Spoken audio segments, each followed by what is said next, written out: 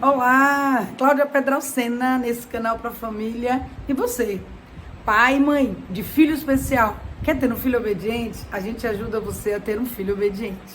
Olha só, hoje a gente vai falar de um videozinho que mandaram para mim que eu achei muito interessante. A gente vem falando muito sobre essa questão de comportamento, neurocomportamento, e a gente vem falando sobre a questão da obediência. E eu também venho trazendo para vocês como essa questão do sim e do não, e essa questão da obediência, ela antecede mesmo o processo de abstração e todo esse processo de 6 anos em diante, onde a criança começa a entender a subjetividade de uma forma mais capaz. E até então, antes, tem toda essa condição de concretização que a gente precisa passar para a criança. Isso tudo também tem as questões que a gente vem trazendo e batendo muito para vocês em todos os nossos vídeos, a gente vem trazendo sobre isso, o quanto os nossos pais e os adultos, ou responsáveis pelas crianças, são a referência para essa criança.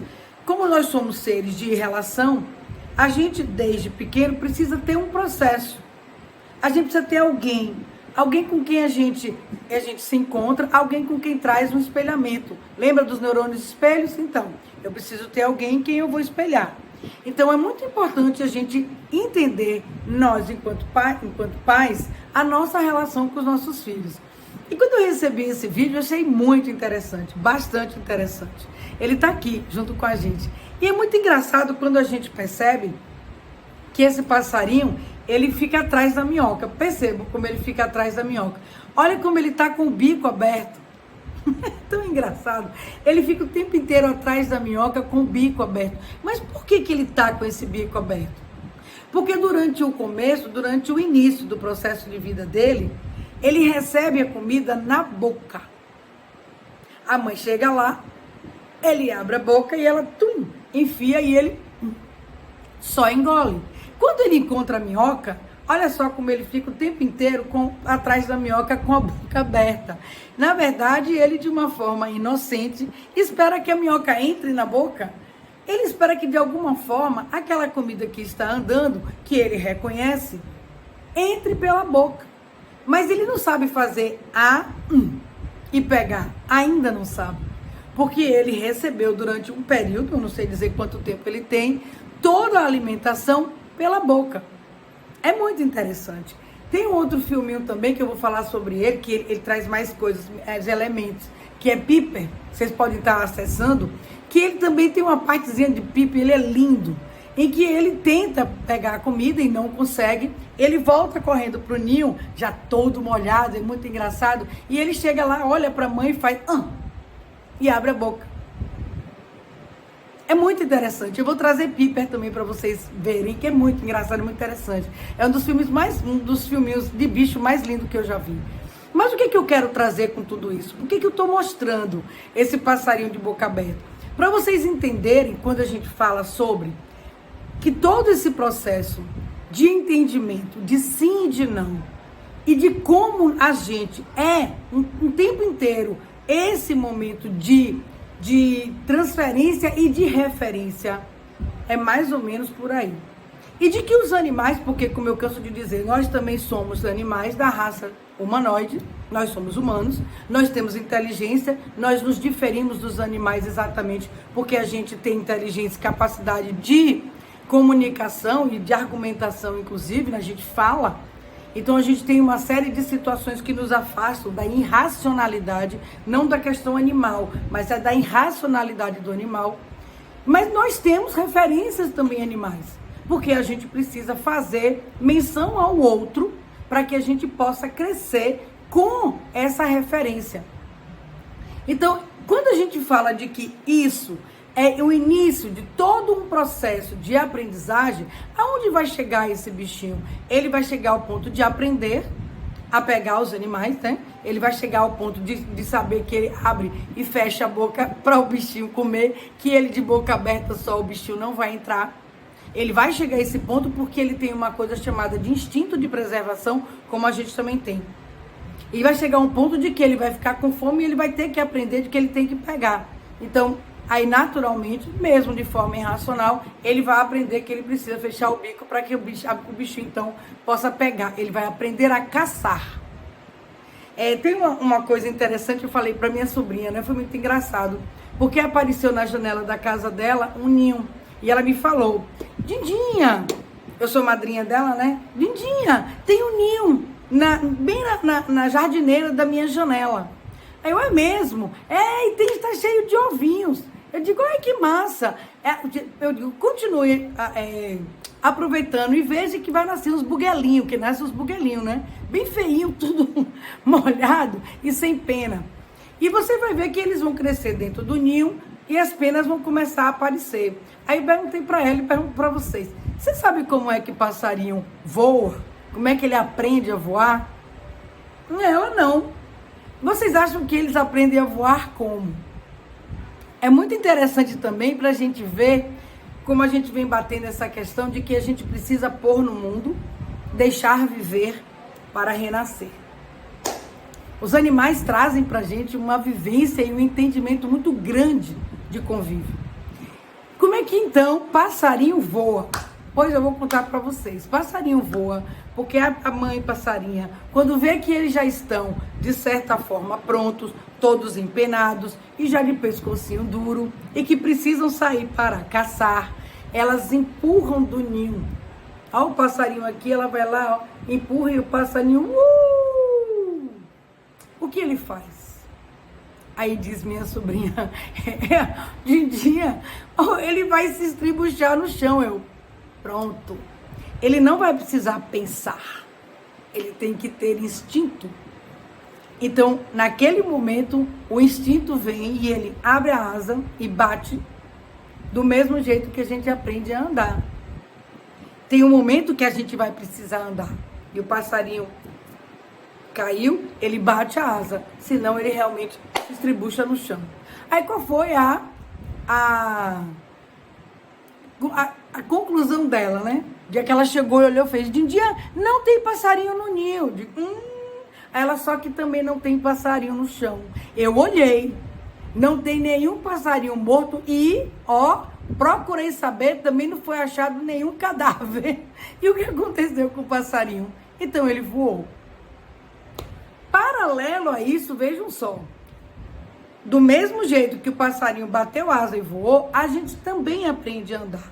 Instintivamente, a necessidade e a própria evolução do cérebro, como eu já falei, a gente andou milhões de anos, até chegarmos ao ponto de termos esse perfil erétil, a gente fica em pé. Para chegar até isso foi uma evolução milenar. Hoje a gente faz isso em 2 anos, então até 2 anos a gente está nesta postura, a gente mantém uma coluna ereta, a gente anda com 2 pernas e a gente não tem a mesma força que os animais têm, porque houve uma troca dessa força pela questão da inteligência. Não dava conta de tudo, teria que ter uma opção no momento da evolução e o corpo faz essa opção. Paralelo a isso, vejam só como nós somos seres de referência. Eu tenho uma criança, né, que eu acompanho, não é em clínica, né, já é no processo de assessoria, de orientação, como o que eu faço aqui com vocês, em que a criança não andava. E ela tinha 5 anos. Sim, Pedrão, mas ela não andava porque ela tinha algum problema nas pernas, na coluna, no cérebro. Não tinha nada. Quando a gente faz o teste, a gente percebe que a criança ela está pronta neurologicamente para andar. Ela já está, inclusive, dividida, né? Ela não está andando mais em bloco. Ela já tinha mais ou menos 3 para 4 anos, essa criança. 3 para 4 anos, não, 2 para 4 anos. Eu não tenho certeza, não tinha 5 não. Hoje ela está fazendo 6. Mas ela tinha mais ou menos de 3, entre 2 a 5 anos. Mais ou menos isso. Ela estava bem tardia já nessa questão do andar. Mas pronto, eu perguntei, mãe, e na verdade ela vive com a avó, por que essa criança não anda? Aí ela falou que ela não quer. Que horas foi que ela escolheu que ela não quer andar? Que hora exatamente uma criança de 2 a 5 anos fala para a mãe, eu não quero andar? Exatamente quando ela encontra zona de conforto no colo da avó. Nesse caso aí, a avó. Então, a avó o tempo inteiro botava ele aqui e carregava ele. Quando ela ia botar no chão, ele não queria andar. Claro que não.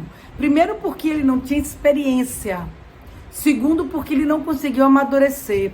Terceiro, porque ele já tinha, sim, uma certa atrofia muscular a partir do momento que ele não fez o músculo evoluir e andar. Então, ele não podia. Então, ele não tinha essa força. Porque até essa idade, onde ele deveria ter em processo desenvolvido musculatura, tônus muscular para se manter em pé, ele não usou para isso. Evidentemente que existia, então, uma atrofia. Se havia uma atrofia, não havia força muscular. Se não havia força muscular, não havia condição de ficar em pé. Se não havia condição de ficar em pé porque ele não admitiu essa postura, então ele não conseguia dar os passos. Se ele não conseguia dar os passos, a situação final, ele não andava. Mas, Cláudia, ele podia andar? Podia. A referência que ele tinha é de ficar, como diz o povo no interior, encangado aqui, preso aqui. E aí a gente começou a fazer um trabalho, e aí, não precisou ser nenhum trabalho terapêutico, não, mas começou a estimular, através de orientação, que é o que eu faço com vocês, que é o maior objetivo do nosso canal, que é essa orientação, que não é necessariamente um trabalho terapêutico, mas um trabalho de família, eu e vocês, e a gente, através dessa família e orientação, a gente conseguiu, e essa criança hoje anda normalmente. Porque não existia nenhuma secção de medula, nenhuma lesão neurológica, não existia nenhuma alteração de coluna, não existia absolutamente uma causa para não andar. Apenas uma referência, como desse passarinho que abre o bico, tentando pegar a minhoca e não consegue, porque ele está achando que basta abrir o bico que a comida entra. Essa é a referência que ele tem. E não precisa ser inteligente para ser isso. Exatamente porque em algum momento o comportamento é compreendido dessa forma. Do mesmo jeito que esse menino compreendeu que ele não precisava andar. Que ele não sabia quando isso ia acontecer, mas, de certa forma, ele estava com a referência de que ele andava aqui com as pernas de uma outra pessoa. É assim que ele entendia. Nossa, mas é assim que acontece? Exatamente por isso que eu trouxe o vídeo, para que a gente entendesse a complexidade de um cérebro. Lógico que, evidentemente, se a gente pegar a história dos animais, os cérebros dos animais, eles são diferentes. O cérebro das aves, dos mamíferos, que são dos melhores, né, que são dos mais avançados, do próprio macaco, como a gente vê, da própria baleia, do próprio elefante, que realmente tem uma memória fantástica. Se a gente vai ouvindo as histórias, né, se a gente ouve as referências e os estudos do mundo animal, a gente começa a compreender muita coisa dos animais. Hoje, quem tem pet em casa começa e traz, na verdade, essa relação com esse pet, fala como esse pet hoje está em relação ao próprio convívio dentro de casa. A gente percebe que existe uma mudança de comportamento nos animais. É muito interessante como eles hoje passam coisas bastante, como de vida mesmo, e dá vida a essas pessoas. Isso é muito legal. Então, veja bem, por conta desse processo todo, é que a gente insiste em dizer que o cérebro plástico, quanto mais a gente investe a modificação, quanto mais eu sou referência à modificação, quanto mais eu sou, inclusive, o ponto-chave de todo um processo de existência e de construção de comportamento. Então, uma mãe que vacila vai ter um filho que vacila. Uma mãe insegura vai ter um filho inseguro. Uma mãe que tem medo de barata vai ter filho com medo de barata. Uma mãe que é mais dura vai ter um filho mais seguro. Uma mãe que diz não e que diz não com vontade, que diz a ele que só vai fazer aquilo que ele precisa, vai ter um filho também mais rígido. Uma mãe que cede a tudo cria um filho com muita permissividade e frágil. Uma mãe que é a barreira inicial e que diz o não, vai ter um filho que vai ser lutador, porque ele vai querer batalhar por aquele sim. E por aí vai. São inúmeras formas, inúmeras. Não existe uma fórmula, não existe eu costumo chamar de manual. Um manual para a gente ler e dizer, faça isso que vai ser dessa forma. Mas existem correlações de comportamento que são necessários ao cérebro para que essa criança apresente uma evolução significativa. É essa a referência que eu quero trazer para vocês. É disso que eu falo. Só que isso não está acontecendo. Então, qual é o meu papel aqui? O que eu estou fazendo aqui? Eu estou exatamente trazendo e fomentando informações para que vocês entendam de que vocês estão usando as ferramentas de uma forma errada. E que essa angústia que muitos pais têm, nós vamos falar sobre isso também, essa angústia, muitas vezes, que termina corrompendo aquele processo natural de evolução da educação informal e termina não contemplando o entendimento dessa criança e, fazendo então, fazer acontecer ou instalar o aplicativo do não. Entenderam? Quando a gente vem até aqui, quando eu estou aqui nas redes e quando a gente está falando do FAQ, quando a gente traz que família construindo comportamento, é exatamente nesse sentido. Mas como fazer isso? Pela minha experiência, o que eu vivi até agora, não adianta só fazer palestra, não adianta só falar. Então, por isso que eu estou vindo para as redes, para tentar dar para vocês informações que às vezes eu não dou no consultório, eu consigo dar aqui, porque eu não consigo pegar os pais para conversar um a um, explicar. Porque o foco é na criança. E muitas vezes o desenvolvimento e todo esse processo do que eu estou trazendo aqui é da criança. Mas quem fomenta? Vocês. Mas vocês vão ficar sozinhos? Não. O FAQ é exatamente para ferramentar vocês. No sentido de mostrar para vocês que vai ser uma para o resto da vida. O que é isso, Cláudia? Uma semana de trabalho para o resto da vida contemplado de outra forma. Porque muitas vezes, a depender da idade, 2, 3, 4, 5, 6, 7 anos, em uma semana a gente consegue modificar tudo. Por quê? Porque o cérebro é plástico. Porque a criança precisa desse limite. Porque a criança precisa entender esse processo. Porque a criança precisa parar. Porque essa impulsividade é gasto de energia. Porque essa impulsividade não constrói. Porque essa impulsividade é cansativa. E outra, é sofrida. Muito sofrida. E por que é sofrida? Porque a criança não se sente amada. Olha o bolo que vai criando essa situação. Quando a gente, ao contrário, a gente faz isso de uma forma, inclusive tranquila para o cérebro, para a mente, para a consciência, para não se sentir culpado e entender que o que você está fazendo é, na verdade, apresentando para a criança uma realidade que eu posso apresentar ela de uma forma mais tranquila e não deixar que ele se exploda lá na frente, sem andar, ou ficar de bico aberto, sem comer. Por que os animais que são silvestres é proibido serem pegos e ficarem em cativeiro? Por quê? Vocês já pensaram por quê? Porque esses animais silvestres precisam voar, eles precisam crescer. Em algum momento, se esses animais são soltos depois de estarem em cativeiro, eles morrem. Mas eu dei tanto amor, eu cuidei, eu dei comida, eu dei banho, eu tratei, eu deixei voando por dentro de casa, ele ia e voltava. E por quê? Porque eles morrem se forem para a selva, o mato. Por que eles morrem? Porque eles não aprenderam a caçar. Eles não aprenderam a ter a sobrevivência necessária, o instinto animal não precisou existir. Porque eles não aprenderam a ter o jogo de cintura que a floresta precisa, a sentir o cheiro do que é perigo. Eles estão muito mais fragilizados e eles podem cair em qualquer armadilha a qualquer momento porque eles não estão acostumados com aquele habitat. Esse é o nosso habitat social.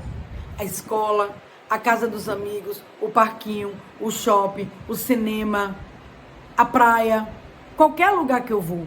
Essa é a nossa selva. E se a gente não tiver acostumado, se a gente não criar os nossos filhos com esses instintos desenvolvidos, eles morrem. Morrem de verdade? Não. Morrem socialmente. Eles começam a criar comportamentos que não vão ser bons para ele no desenvolvimento, seja da aprendizagem ou seja no nível social. Isso é uma catástrofe? Não necessariamente. Não. Se nós temos um cérebro plástico, lógico que uma mudança de comportamento orientada, é esse o nosso papel aqui, orientar vocês nesse sentido, uma semana para o resto da vida. Por que assim, você falou até 8 anos, Cláudia? Porque 9, 10, 11, 12, 13, 14, eles têm mais tempo vivendo dessa forma e a gente vai ter que fazer desmistificar. Na verdade, a gente vai ter que tirar essa crença que ele teve até 8 anos para a gente reprogramar o cérebro através das nossas atitudes. Por isso que eu não oriento que vocês façam isso sozinhos. Por isso eu tô aqui. Família construindo comportamento. Por ver esse tipo de coisa, ninguém é um animal. Nós somos animais racionais. Nós temos a chance de reprogramar o nosso cérebro através do aprendizado. Que lindo, perfeito. O cérebro humano é perfeito. A sistemática é fantástica. Mas ao mesmo tempo que todo esse sistema, toda essa coisa fantástica do cérebro, ele pode ser prejudicado se a gente não tiver a orientação necessária para fazer a modificabilidade e a plasticidade que está ao meu lado. Eu trouxe o bichinho para vocês entenderem na prática visual, no olhar e na memória, por que a gente tem que ser e entender a referência dos nossos filhos. Esse é um simples filhote de passarinho. E é muito engraçado se vocês pegarem para olhar e perceberem esse bico aberto, a minhoca se mandando porque ela não é besta, porque ela também percebeu o perigo, ela sabe que ele não é esperto e ela sai correndo para ela não virar comida de passarinho. Pensem nisso. Eu trouxe e vou trazer outros e outros para vocês entenderem na prática, não necessariamente na técnica, como eu já falei, esse é um canal para família. Eu quero falar com vocês. Eu não quero trazer termos técnicos, eu não quero trazer toda essa compreensão científica. Eu quero que a gente transforme tudo isso que fica lá atrás nos bastidores da ciência para um mundo prático, para que vocês entendam o que é neurocomportamento. É entender o comportamento do indivíduo através da neurociência. Vamos lá, gente. Prestem bem atenção, pensem nos passarinhos de vocês, pensem em vocês, dando comida na boquinha e as crianças pensando que a colher anda sozinha. Fica para vocês pensarem sobre tudo isso, vamos refletir. Mandem vídeos, vamos discutir o assunto. Vamos tratar das nossas crianças e contem com a gente. FAC, Família Construindo Comportamento. A importância dessa construção e como construir vocês, o comportamento dos seus filhos. Aí eu vou falar de novo. Vocês querem ter filhos obedientes? Não é impossível. E vou lhe dizer, não é bom demais para ser impossível e nem mentira. É verdade. Uma semana para o resto da vida em paz. Beijo no coração!